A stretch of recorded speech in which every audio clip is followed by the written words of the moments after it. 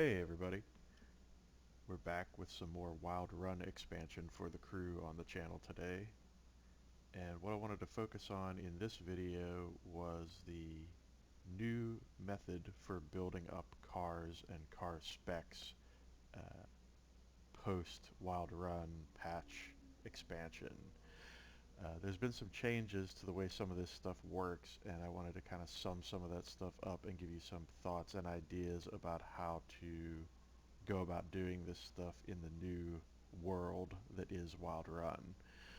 So I thought it would be a good idea to start off by building out a perf spec Mustang that can be used for the initial qualifying event for the summit, which requires such a car.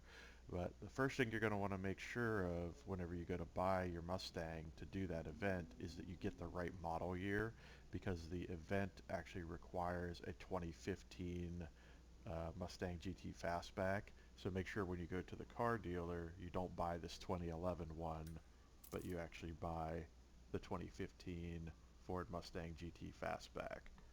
Um, which obviously you can see there's a pretty big difference in the price of these cars in terms of in-game currency, but fortunately it's not too scary. Now, before you actually go and buy this car, there's one thing you're going to want to make sure you do, and it's to go back and check your HQ and look at your perks and make sure that you have the perks selected that both reduce the cost of new car purchases and reduce the cost of perf spec parts. So that way, if you do want to just buy any parts to get yourself off to a good start in building this car out, you can do that with the least amount of in-game currency possible. A lot of people forget about the perks in this game, especially after you finish the single player, but actually it's a really good idea to go back, reset your perk points, and redistribute them when you get to the end game, because if you say put perks into getting more XP and now you're level 50, those perk points are just going to waste when they could be getting used for something better now. It doesn't cost you anything to respec your perk points, so make sure you go back to your HQ and do that periodically to make sure that you have the right perks enabled for what you're actually trying to do in the game. So having said that, we are going to purchase this car, and I'm going to use in-game currency because I don't have enough crew points, but I do have plenty of in-game currency, at least for what we're trying to do here. And as you can see, this particular car, at least for the standard specifications, only handles street and perf spec. Now again, we need perf spec for the Summit Qualifier event that we want to do. So we're just going to go ahead and jump right to the perf spec tuner, which, as you'll recall from the playing through the campaign, he's down in Florida. So if you did want to find it on the map, that's where you need to look. But the nice thing is you can jump straight to him right from the car purchasing. So another thing you're going to want to keep in mind whenever you're trying to do something like this is how much you actually want to spend on your starter kit. Keep in mind that every starter kit has a particular level. Now perf spec doesn't become available till level 20, so you can't get anything below that. But remember that you can actually spend a bit more money and go all the way up to a level 40 kit. And you can see here on the left, as I cycle through these, that dictates the amount of influence the higher level kit is going to have on the car. A good rule of thumb is buy the highest level kit you can for the player level you have. So I, of course, being level 50, I can buy the level 40 starter kit. And notice that I'm only spending about $8,000, or not even that, more like $6,500 more. Well, I lied.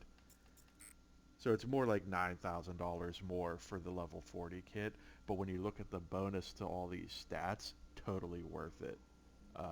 You're going to get way more out of spending a little bit more on this starter kit than you are from going and buying individual parts after the fact. So let's go ahead and grab this.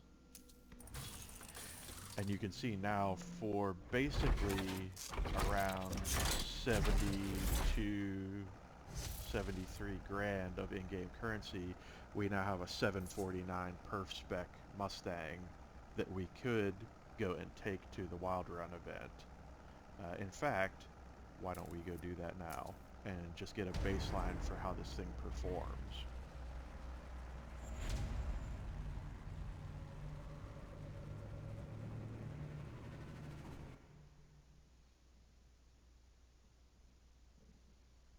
Now, of course, had we bought a level 30 or level 20 perspec kit, we wouldn't be rocking this 749 performance index. We'd probably be somewhere around 500 for a level 30 and maybe 300 some for level 20.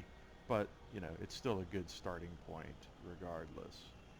I'm going to get into my preferred view here, and we're going to bounce over to the Summit Qualifier.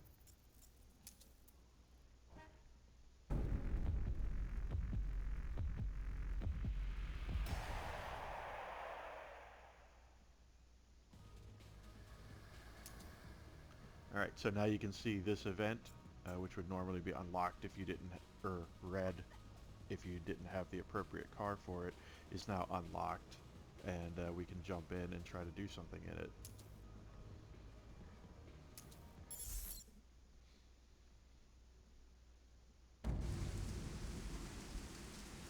Oh, I hear rain. I see rain. This could get scary. This could get real scary, actually. Let's see what we can do.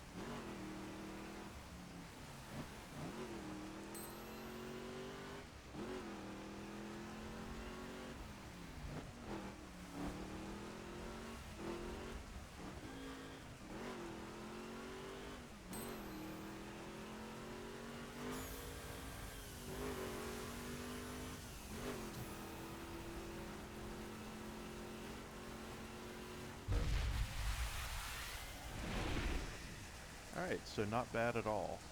And that's just with the level 40 kit purchased straight from the perf tuner without any real tweaks or enhancements done.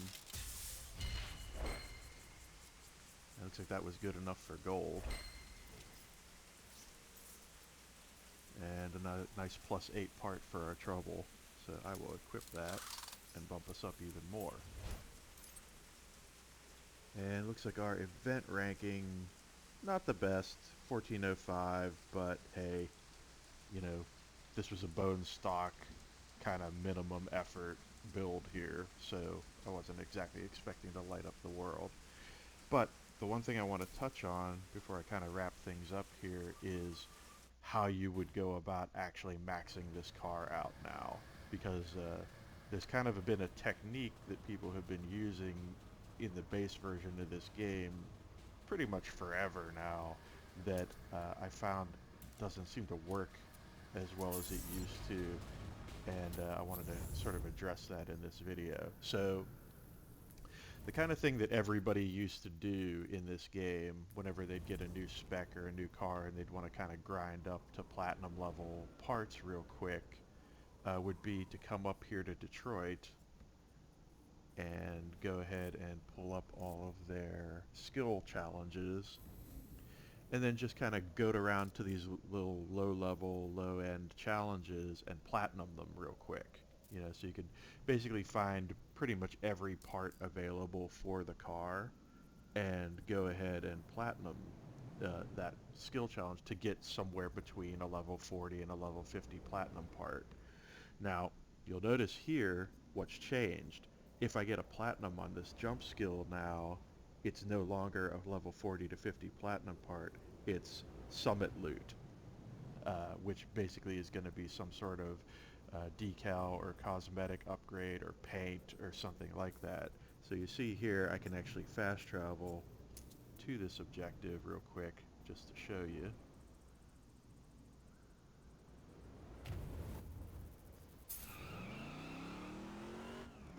So if I do happen to go and do this jump,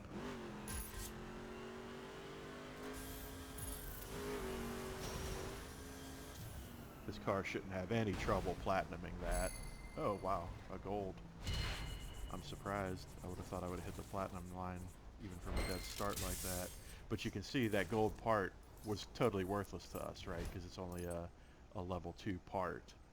So there was really no point in us doing that unless we actually wanted the summit loot. And actually, back up a little bit here, get us more of a run on that thing.